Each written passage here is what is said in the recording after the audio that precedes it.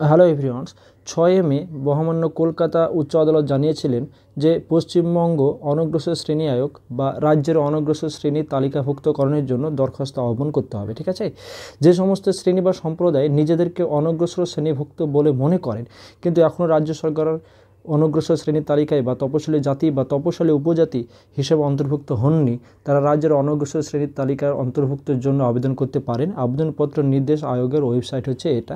ঠিক আছে, তোমরা দেখে নেবে এবং সেখান থেকে একটা ফর্ম সংগ্রহ করে যথাযথ পূরণ করে এই ইমেলে পাঠাতে হবে। ঠিক আছে, তো যে কোনো কাজের দিন তুমি সকাল 10টা থেকে নিয়ে 5টার মধ্যে জমা করতে, অর্থাৎ নতুনভাবে যদি কোনো অনগ্রসর জাতি বা উপজাতি যদি ওবিসি তালিকাভুক্ত যদি না হয়ে থাকে, তারা নতুনভাবে তালিকাভুক্ত হতে পারেন। সেই বিষয়ে জনশুনানি এর পূর্বে আমরা একটা ভিডিওতে আলোচনা করেছিলাম যে কোন কোন শ্রেণী নিয়ে আলোচনা হয়ে গেছে বা জনশুনানি হয়ে গেছে, এবং হচ্ছে আরও কিছু শ্রেণী বা জাতি নিয়ে জনশুনানির আয়োজন করা হয়েছে, সেই বিষয়ে এখন আমরা জানবো।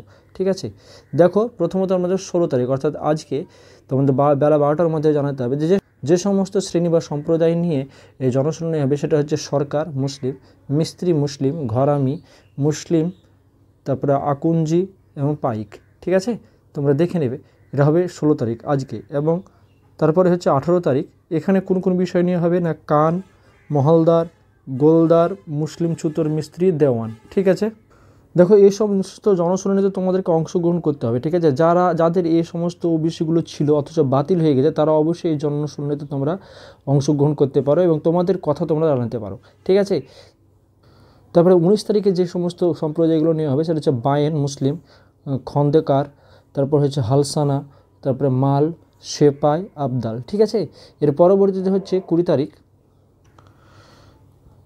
কয়াল, কালোয়ার, নাইয়া, বেলদার মুসলিম, মুসলিম পেচি, ভূঁইয়া। ঠিক আছে, অর্থাৎ এই সমস্ত সম্প্রদায়গুলো তোমরা অবশ্যই এই জনশুনানিতে অংশগ্রহণ করতে পারো এবং তোমাদের কথা তোমরা জানাতে পারো। যদি এরপরে তোমাদেরকে এই সমস্তগুলো সম্প্রদায়গুলো বাদ পড়ে যায়, তাহলে সেক্ষেত্রে আর তোমাদের কিছু করার থাকবে না। তো অবশ্যই তোমরা অংশগ্রহণ করতে পারো কিংবা তোমাদের জনপ্রতিনিধি এখানে পাঠাতে পারো। কোথায়? সেটা হচ্ছে Rajarhat new town action area 3A। ঠিক আছে, তো এই হচ্ছে ছোট্ট একটা ভিডিও, এই সমস্ত বিষয়গুলো নিয়ে পুনর্বিবেচনা করা হচ্ছে। তো এরকমই ভিডিও পেতে অবশ্যই চ্যানেলটি সাবস্ক্রাইব করো এবং বন্ধুদের মধ্যে শেয়ার করো। ধন্যবাদ সকলকে।